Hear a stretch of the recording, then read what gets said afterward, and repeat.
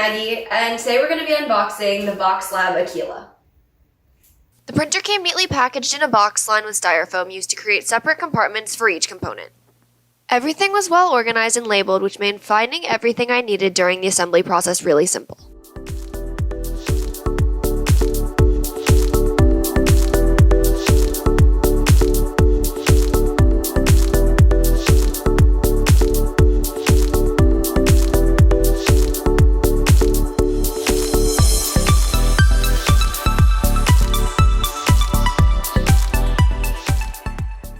The printer came with a user manual that provided step-by-step instructions on how to assemble the printer.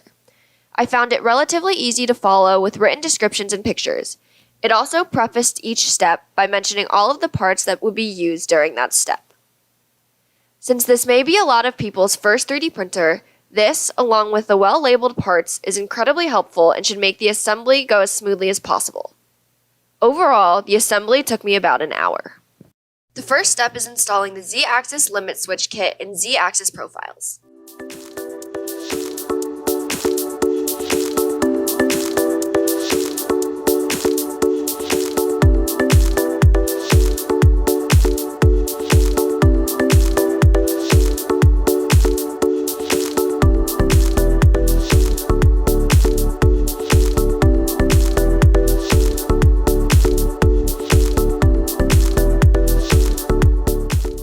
Once this is finished, the second step is to install the Z-axis motor kit and T-type screw.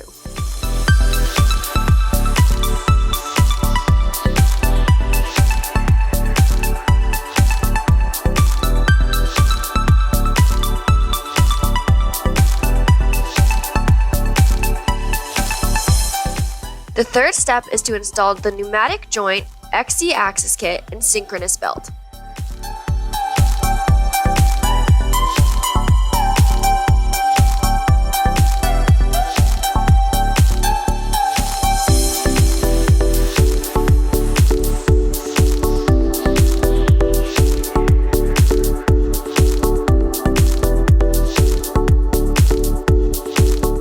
The fourth step is to install the extrusion kit and Z-axis passive block.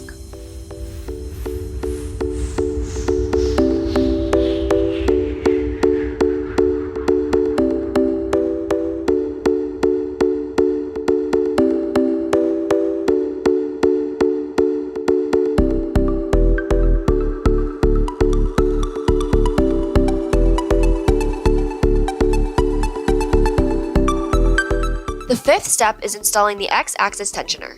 I'd like to mention that the X and Y-axis tensioners that are built into the assembly of this printer are really nice features that allow for super easy adjustment of the X and Y belts without the need of an Allen wrench or any other tool to do so.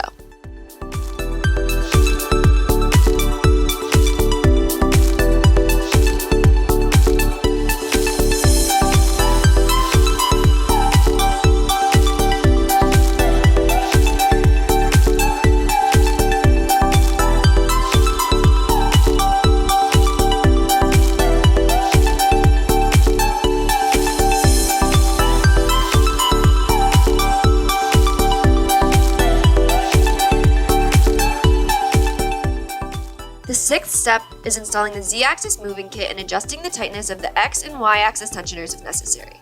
This is followed by the seventh step, which is installing the gantry profile kit and display kit.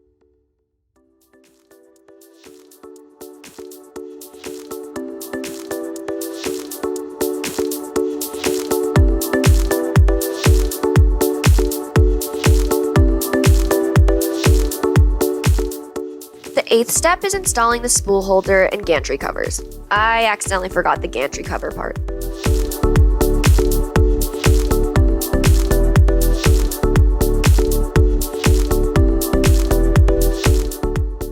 The ninth step is connecting all of the wiring, which is pretty easy since it's labeled really well. This is the last step of actual assembly you'll have to do. After turning on the printer, the next step is to level the print bed by auto-homing and then disabling the stepper motors. You can then adjust the distance between the nozzle and the print bed using the 4 leveling knobs. I use a sheet of paper to assist with this. The nozzle should just barely scratch the paper all over the surface of the print bed.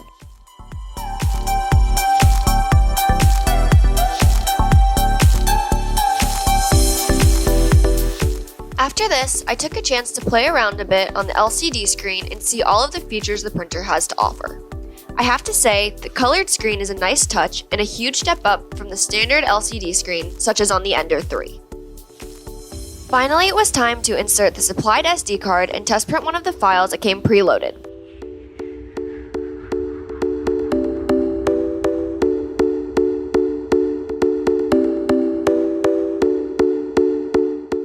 Overall, I was really impressed with how well the model came out.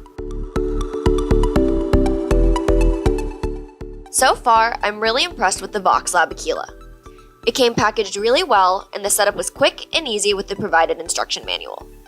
Each component, as well as the assembled printer, feels high quality, and it performed really well on my test print. The glass print bed is a nice touch, as are the belt tensioners and colored screen. It would have been nice if the colored screen were a touchscreen, but for a budget printer, I'm not complaining. One thing I'd like to note is that it does not include snippers, which are a 3D printing essential. I would highly recommend getting yourself some off of Amazon if this is your first printer and you don't have some already. For more information on 3D printing and product reviews, please visit total3dprinting.org. Thanks for watching!